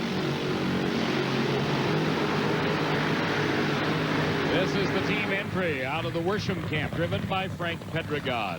You just saw Frank's brother, Tony Pedregon, being interviewed. There's 3 brothers that race, but Scotty in the far lanes, number 5 coming into this session. Frank's qualified well. He's number 9, but Scotty's been pretty awesome. I mean, he had a fire. He had some problems in the last 2 races, and he's really come around good. 2 weeks ago, the big fire went to Frank Pedregon. There he is in the lane nearest the camera. This was at Chicago. And, I mean, he had one that burned for quite a while. Heavy, heavy damage to the body, and they were fortunate enough to be able to get it back together to where he is currently qualified here. He brought the car to a safe stop and came out under his own power through the roof hatch as the safety safari was there to put out the flames. He was racing his brother, Tony, and he said, oh, well, everybody's going to have him. And it was kind of funny because Tony acted like, hey, that's my brother, and that's his problem. I just beat him. Well, Frank Pedregon is currently qualified 9 to the 5:02. Scotty Cannon is in the number 5 spot. And for Cannon, a 498. Look at this paint job. I tell you, you just look at it, and every time you glance, you see something different about it. And of course, Scotty, as I said, one of the more colorful characters in the sport of drag racing. This is his 2nd paint job this year. The other one was just as great. It's a neat team.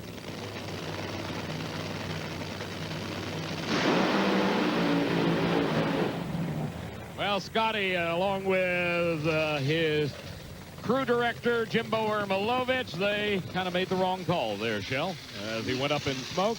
Problems for Frank Pedregon as well as they idle down the racetrack. Bill? Jimbo, you're doing a little post-mortem on the racetrack. What do you think happened? Something goofy was going on there. She had some fuel coming out of number 4 there pretty heavy, and I really don't know what happened. I was looking to see if maybe it was a racetrack, but I don't think it was. It was probably something we did wrong. They haven't had many bad runs this weekend, and they'll be around tomorrow, Dave Reef. Well, Bill, those tire smoking pedal jobs are a lot of fun on race day. It's not exactly what we want to see on qualifying, Bruce, but this was an interesting run. Yeah, it was. I mean, we were very happy. We got real aggressive with trying to put a number up there because it's been going right down the track. And got out there about 200 feet and shook, and I picked the throttle up, and it just, carried the front wheels a couple feet off the ground for ways. And I knew it wasn't going to be any better than what we had earlier, so shut her off a little early. But, and the good news is eliminations tomorrow, though. Yeah, and I'm happy, man. We're going down the track, and here real soon you'll see a real hot ride out here. Sounds good, my man. That's Bruce Sarver. David? Bruce did very well early in the season, particularly at Pomona, and then fell on hard dimes, and now he's back with a car that go down the track. We have yet to see Jim Epler and Jerry Toliver. Ron Capps coming up next against Del Worsham. That's the top half of the field. Let's look at the bottom. And Tim Wilkerson and John Force, 16th and 15th respectively. The only question remains is who will they race in round number 1? Here is our next pair. This is the Checker Shucks and Kragen car of Del Worsham. His opponent, Ron Capps, at the wheel of Don Prudhomme's funny car. This is National Trail Raceway from the Pontiac Excitement Copter Cam. You're looking down as Del Worsham. And Ron Capps go through their burnout procedures preparatory to making a run that Capps hopes will yield him the #1 qualifying spot. He is the closest, other than the 2 WWF cars, a 491 best thus far. And for Capps, that is certainly solidifying his hopes that he is a strong contender. Here's the run earlier today, Shelley.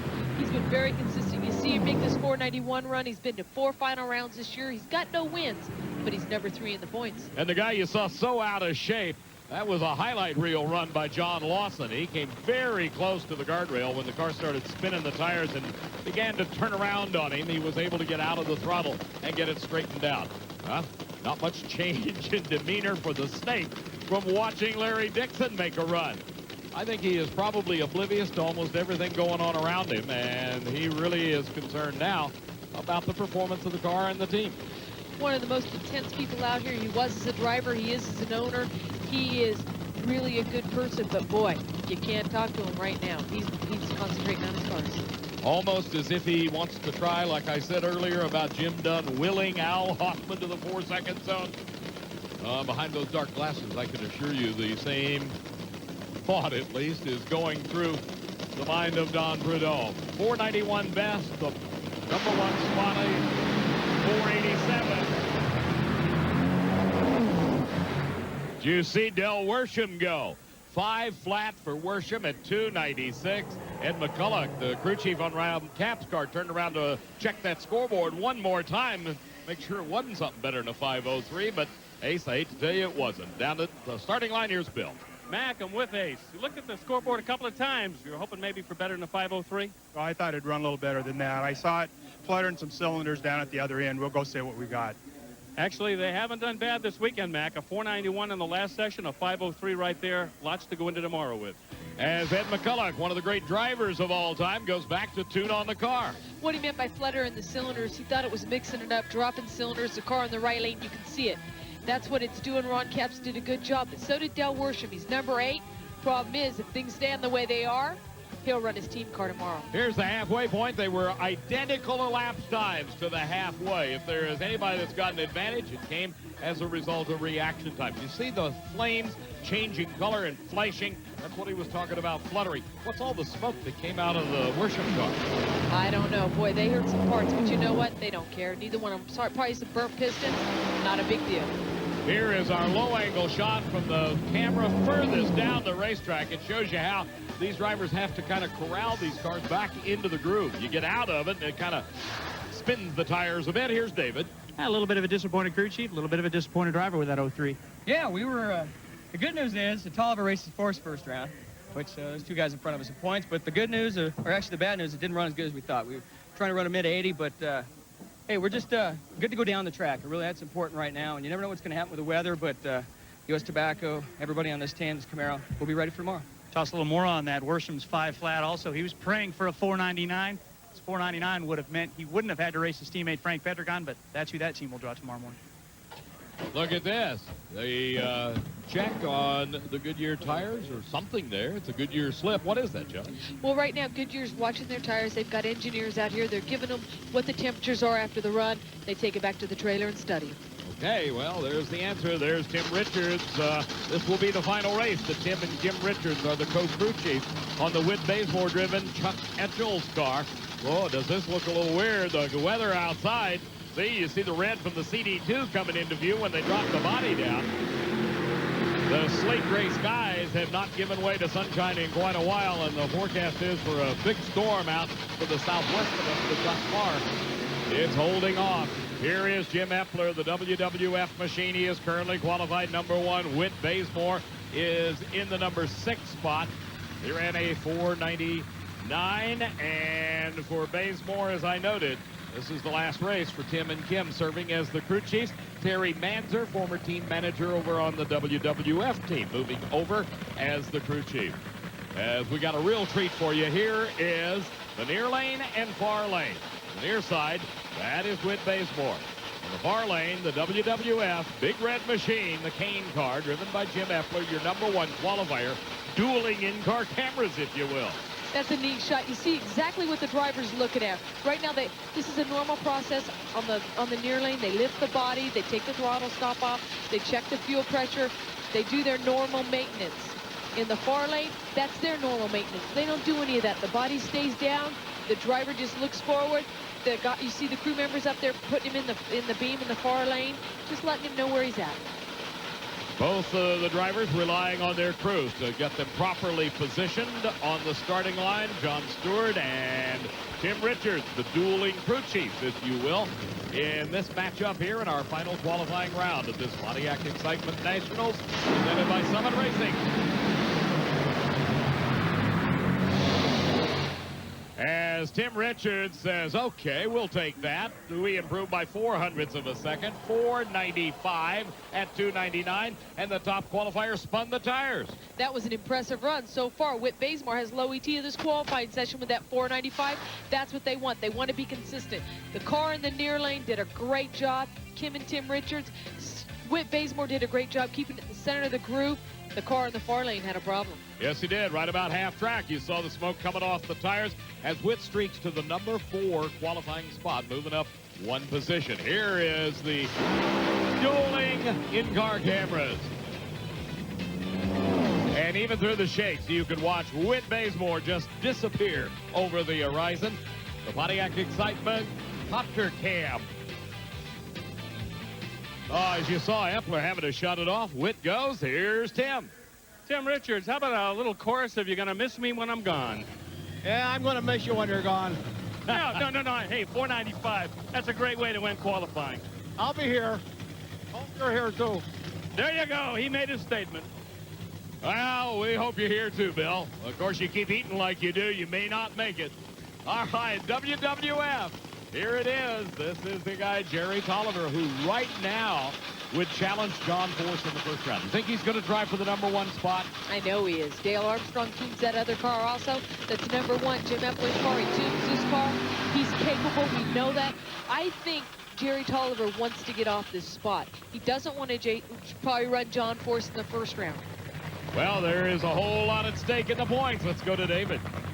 Well, Big Mac, nobody's ever doubted Whit Bazemore's Saturday race cars. He goes out and runs the low ET of this round of qualifying with a 4:95. You can throw that out the window now and worry about tomorrow. Yeah, we can. And I tell you what, for this Kendall team and Matco and Chevrolet, we got to worry about tomorrow. You know, it's kind of bittersweet the last weekend working for Tim Richards and Kim, at least for now. But you know, we're going to be very aggressive tomorrow. I'll tell you that. We ain't taking any prisoners now. It's been a roller coaster ride, but he'd certainly like to send that duo out on top. Well, they have shown a little bit of consistency here, something they've had some problems with a bit earlier on. A number 4 qualifying spot, not bad. Now the question is, can Jerry Toliver beat out Jim Epler, his teammate, for the top spot? The answer is no. He did exactly the same thing that Jim Epler did. Spun the tires in the middle of the racetrack, smoked them, and had to shut it off. So it will be John Force and Jerry Toliver, the 2 Winston points leaders, going at it in round number 1. Don't go away. We're coming right back to Columbus. Welcome back to the 36th annual running of the Pontiac Excitement Nationals, presented by Summit Racing. We are here at National Trail Raceway. We have just concluded funny car qualifying, got it in just in time. You see the drops of moisture on our Pontiac Excitement copter cam. Here is the qualifying roster. Number 1, Jim Epler. His teammate Jerry Toliver is second. Here's the bottom half of the ladder, and the big story is your number 15 qualifier, John Force, in with a best of a 5:09. With Force at the moment is our Bill Stevens. Mac, no matter where he qualifies, it always looks like a pep rally down here at Team Castrol whenever John Force comes out to say hello to the fans. And John, I suppose somebody in the Library of Congress can remember the last time that you qualified so low, but we got to speculate here. Maybe it's the new body this weekend. Hey, man, we were high-fiving. We didn't get bumped out of the show. It humbles you real quick. We're playing with this new Mustang and a new chassis, some things that are different. And truthfully, I'm having trouble steering it. I can't keep in the groove. So bottom line, tomorrow, SmackDown, WWF. You mentioned before, John, you may go back to another body. Yeah, we're going to probably trade it back and just get back in the groove. Toliver's tough, and we want to get after him first round with what we know how to race, like we did in Chicago and Dallas. So, Toliver, love you, baby, but I'm forced he's coming after you. You dropped a cylinder in that earlier session today, and it looked like you were really fighting the car to keep it on the racetrack. Yeah, because I was steering it, and it was just having a little bit of trouble steering, and there's some a little bit wider front tires are out a little bit wider, and it was kind of one of them deals. We don't know, maybe something's flexing, so we just don't want to take a chance. You know, we're out there with another racer. We want to make sure that we keep him safe as well as me. Yeah, you're the most important guy. Tell us about the last run today. Well, same thing there, but truthfully, our tune-up's a little bit off because we're not standing on it right with that last shot, making sure that we got in the show. I don't make those calls. Coyle does, and Tony's car is running pretty good, running 90s, and our choke was stuck, so we're going to fix it. But hey, they want some good old racing. It mixes it up. It's making this year exciting, and for Castrol and Action and everybody, and Ford, Mac Tool, right here in Columbus, Ohio. Hey, and tomorrow, first round, John races. Yep, Jerry Toliver, Mac. Yes, he does. Choke stuck. I haven't heard that description in a long time.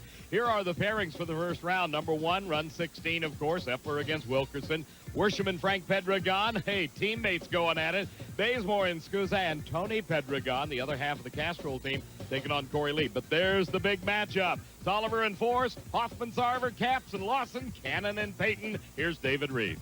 Well, Big Mac, not a big crew around Jim Epler right now. That's because I had to go into the press room, steal him out of a press conference, because you are the #1 qualifier for the 3rd time in your career. That's got to be a great feeling. Well, it's a great feeling, especially just this whole WWF Toliver Racing crew has worked so hard. Now we got John Stewart, his first race, you know, as crew chief on his own, working with Dale Armstrong, and to see the fruits of the two cars and how close they are running together. And that was exciting. I mean, the car ran flawlessly. It worked just like Jerry's car went in '89. We went in '87. He's got a Firebird. We have a Camaro. They're very similar now, and I think we're really on to something that's going to help us win throughout the rest of the year. Big speed on that 487, 313. We're taking a look at it right now. Tell us about that run from the cockpit. Well, it left real smooth, and I'll tell you what, we had it hopped up because I said, you know what, if the thing shakes, I want to be able to pedal it. I don't want to have it weak. And it went down there. It was glass smooth, clutch locked up. It wiggled a little bit in the middle of the track and went right to the end. And big speed. That's the difference in the Camaro. The Camaro's got to run a little better speed than the Pontiac because of the downforce. But when the chutes didn't come out, that was a little exciting. Went off, almost got to the farmer field there. Well, with a win in Las Vegas, you broke a streak that goes all the way back to '93 since you had one. How nice would it be to win 2 and maybe even get a string going here with that new crew chief? Well, that's my goal. My personal goal this year is to win multiple races, and that would be a big accomplishment if we can win, you know, more than one race and get this points thing exciting. But the real excitement now is Jerry Toliver racing John Force in the first round, and we really need to make some headway there. And John Force is going to have the ability to, or Jerry Toliver's going to have the ability to go back to first. That would be huge. Well, let's see if we can get a quick word with him. Congratulations on that #1 effort. Fresh out of the press room as well, because you're a busy guy. You got to race that guy who got 86 on your behalf, but you can pay him back tomorrow. Not on my behalf. They won that race fair and square, but we're ready to even up the score. It's going to be a rumble in the jungle tomorrow morning, but we're running that Force team, and they're good. Can't count them out. They showed us that last weekend. We thought we had them going in the semis. We had an 83 against a 94, I think, last week, and they stepped up and beat us. So you know, they can pull another hat. They're a good team. But Armstrong and the boys, that Army's got his tune-up going for tomorrow morning. We're excited. It's going to be a good race. The fans are going to love it. 1 and 2 going off. How about that? You handled the 86 thing quite well, but you're ready to get things on. Let's talk about your qualifying run that we're going to take a look at right now. Which one are we looking at here? 489. It's a pretty good one. Remember that one? Yeah, that was earlier today. Yeah, that was a good run. 49. Car was real smooth. Ran hard down there. We had the Pontiac Firebird on, a lot of downforce. You could really feel it, you know, pressing the car down at the end of the racetrack. But this WWF car is getting ready to go to the winner's circle hopefully tomorrow, and we'll see what happens. Believe it or not, we have been fighting rain all day, and just when qualifying gets over, it's raining. How about that, Bill? Those connecting rods right there cost about, 10 skillion-y, million-y, zillion-y dollars. They go into the engine that powers Tony Pedregon's Castrol Syntec Mustang. And Tony Pedregon, you outperformed the boss so far this weekend. Well, that's a shocker. It's been a while. Tell you the truth, we're not totally content with qualifying fifth. We ran a 97.288 and about 1,100. The last couple hundred feet, I drove the run. I had the wheel cocked all the way to the left, and it just wasn't coming back. So I was real disappointed. I had to shut it off a little bit early. But good news is I think we can squeeze a little more performance out of it tomorrow, and we well may need to. In years past, we've come to Columbus, and the big discussion has been about the transition from the concrete to the asphalt. We saw funny cars smoke their tires as soon as they went from the concrete to the asphalt. They extended the launch pad here in Columbus. We didn't see a lot of that this year so far. Well, the track conditions did improve, and some difficulty making that transition, but really the cloud cover, I think, is what helped most of the race cars get down the track, and I think it was a lot better than I think the qualifying numbers were. Really the rain out, throwing that one run out really put a lot of teams behind, us included. We had the first run thrown out because we had electrical problems, shut the car off, so good rebound for us, and again, in 3 runs, I think we're pleased with the performance, but by no means are we relaxed going into eliminations tomorrow. We're going to try to get after them, and we've maintained 4th in the points, so we're trying to pick up the pace a little and get back up there. Saved your best for last at 497 this afternoon. We're going to show it to everybody again. Tell us how it felt. Good launch. It left really good within the first 300-400 feet. Pulled good in the middle, and about 800 feet or so, it got out of the groove. And again, I was trying to drive it. These cars never want to really tend to go nice and straight. Once it gets out of the groove, you have one tire loose, the other tire in the groove, trying to drive it still to the left. So it was kind of a seat of the pants call that I had to make real quick. And you hate to do it, but you don't want to hit the wall at the same time and get disqualified. So we'll move on tomorrow, eliminations. Let's talk about the Mustang body. Hasn't worked out so far for John, and you're expecting yours probably in the next couple of races or so. Yeah, we're hoping to push it for this event. That's not going to happen. Roush is building them as fast as they can, working overtime. Definitely by Denver. We may try to debut it at the Bristol event, the showdown with the top fuel cars. And it's not far behind, but, you know, John, they may be going back to the other body. It may require a little more testing than we thought. I think in time we've made some good improvements, but you'll probably see John's old sheep on there tomorrow. Good luck tomorrow. Yep, thank you. All right, we're going to be back in just a few minutes here in Columbus. We'll take a look at some points and then come back and tell you more about this race in just a moment. When the threatening weather continues to hang over National Trail Raceway in this Pontiac Excitement Nationals presented by Summit Racing. Intermittent showers causing delays in qualifying, but top fuel is over. Gary Scelzi's #1. Bob Vandergriff just a thousandth of a second slower in second. Doug Herbert rounds out the quick 8 with a great 473. Bottom half of the ladder, David Grubnik at a 473 is 9th, and on the bump to race Gary Scelzi in the first round, the fabled Golden Greek, Chris Karamessini's. Now down to the pit area, here is Bill Stevens. Mac, when Don the Snake Prudhomme retired as a driver in 1994, his choice to replace him in the driver's seat was Larry Dixon Jr. Let's just say that Larry's first year in 1995 certainly was one of opportunity made good. He was the Winston Rookie of the Year that season. He won the U.S. Nationals and set the elapsed time record of 4:66 that stood up for almost an entire year. And now, young man, you're #2 in the Winston points, and this could be the best opportunity you've had to win that Winston championship. Yeah, no question. You know, Dick LaHaie, Snake being able to get him at the end of last year and bringing him over here to our team, it's just, it's been great. Won some races, going a lot of rounds, and that's what you got to do to win a Winston title. Going to take a look at that run this afternoon when he went 4:69. We talked to Dick LaHaie before that run. He said he wanted to go quicker than the 71, and you guys did it. Yeah, just a couple ticks quicker. I might have run a little bit better, put a couple cylinders out with the Miller Lite car. Otherwise, maybe, you know, we might have run a little bit better. But we did qualify 1 thou quicker than Schumacher, and those points will add up at the end of the year. Well, good luck tomorrow. I know you guys want to win some rounds and maybe get up to the #1 spot. Yeah, no doubt. You know, there again, you got to go some rounds, and hopefully we'll have what it takes tomorrow. Mac, they're only 60 points out of first place right now. They certainly are knocking on the door of Gary Scelzi. Here's the ladder and the way they'll pair up. Scelzi and Karamessinis, as I noted. Herbert and Grubnick, Amato and Bobby Baldwin. And Larry Dixon and Doug Coletta. The other half of the ladder starts with the #2 qualifier, Bob Vandergriff, going off against Bobby Lagana Jr., Bernstein and Lampus, Corey Mack and Steve Smith, and Tony Schumacher and Rhonda Hartman-Smith. Now let's go down to the pit area. Here's David Reeve. And a future top fuel driver in the making? Quite possibly. This is 3-year-old Dominic Scelzi helping out John Cox, and dear old dad shoots on the Team Winston dragster. As a fellow father myself, let me be the first to wish you a happy Father's Day tomorrow. Well, thank you, and I want to wish my father, my father-in-law, and all the fathers out there happy Father's Day. I hope it's going to be a great day tomorrow. 22nd time in your career you grabbed the #1 qualifying spot. This team has really found a nice role. You know, they have, and all the success that I've had in such a short period of time with Alan Johnson and Team Winston. It's times like this with Father's Day being tomorrow that, you know, all that's not that important. Family's the most important thing, and when you got your little guy running around and your wife, and Alan's got his daughter in the lounge playing with her, it's just kind of a neat situation right now. Let's talk about a unique record. You can join Scott Coletta, Corey McClenathan in the record books with a win tomorrow. With 4 in a row in the 5th this season. Are you thinking about that at all? You know, I'm really not. I just want to win. I want to start out with the first round, and I want to go to the second round and the third round, and if we get to the final, I want to win that. The records come, let them come. You know, it doesn't mean that much to me. Good luck to you tomorrow, man. Thank you. Gary Scelzi has the lead by 60 points over Larry Dixon. You could gain more than 80 if you win this race. It's going to be important tomorrow in the finals here at Columbus. Dominic Scelzi, well, he's got the parachute back. Now he's practicing autographing pictures. I guess he is going to be a top fuel racer of the future indeed, Gary Scelzi's young son. Well, it has been quite a day indeed. The weather has played hob with the schedule again, and we certainly are happy to say that we have got the qualifying done. The Pontiac Nationals tomorrow, round #1. You'll be watching it right here on ESPN2 at 1:30, and the finals will be coming up at 5 p.m., and both of those are Eastern time.